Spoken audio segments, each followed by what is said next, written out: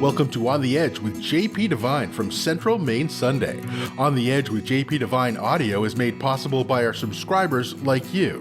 Thank you for listening and supporting local journalism in Central Maine. Now here's JP Devine. It's still a wonderful life. Yes, summer has arrived in Maine, and we're still here, alive and vaccinated.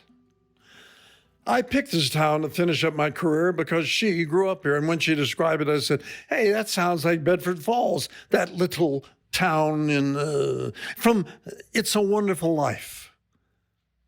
It's got a river flowing through it, she said, and a bridge and crickets and fireflies in the summer and colored leaves in the fall and snow at Christmas. I love that. It fit my fantasy script of growing old gracefully.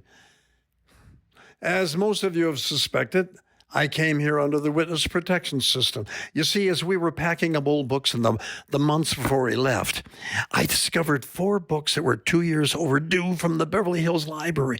So I gift wrapped them, and in the middle of the night, on the way to the train, while she kept the engine running, I left them on the steps of the library and ran. They're probably still looking for Clark Gable, the name I took the card out under. My mama didn't raise no fools. Okay, I made that up. The truth would take too long. It really doesn't matter. I'm here, even though it no longer resembles Bedford Falls, but I didn't come here for the weather or to walk in the woods or forage for mushrooms. I came because it was billed as Elm City. I grew up on a quiet tree-lined street where our entire block was lined with gorgeous elm trees. I wanted a town like that, as luck would have it. The elms started dying when I was about 6. So I spent the rest of those summer nights in my early childhood being seduced by Rosemary DeBranco and watching trees die. That ended my interest in nature. Not Rosemary, just nature. Of course, Rosemary did teach me all I needed to know about human nature. I won't go into that now. Here in the former Elm City, I quickly learned all I needed to know about nature from colleagues in this paper. I learned more than I needed to know about the many kinds of spiders who live in my house from reading Dana Wilde.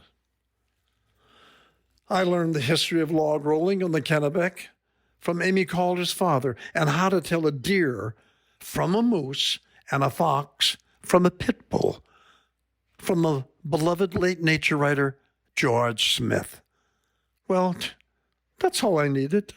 So, it's July, and she and I, fully needled up, planned to enjoy a brand new summer of delights.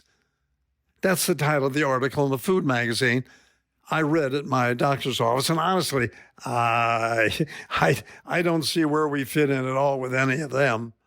It describes dining out with other needle-up friends on your deck or patio. But the idea of swatting mosquitoes and gnats, choking on barbecue smoke, has lost its charm.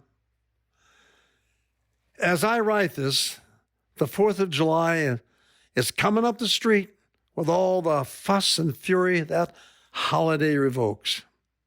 She and I have discussed how to get a little bit of our childhood summer memories into play. We're thinking a luncheon of orange crush, watermelon, popcorn, grape popsicles, and streaming It's a Wonderful Life. Wake us when it's over. Thanks for listening to On the Edge with JP Devine. On the Edge with JP Devine audio is made possible by our subscribers like you. Thank you for supporting local journalism in Central Maine.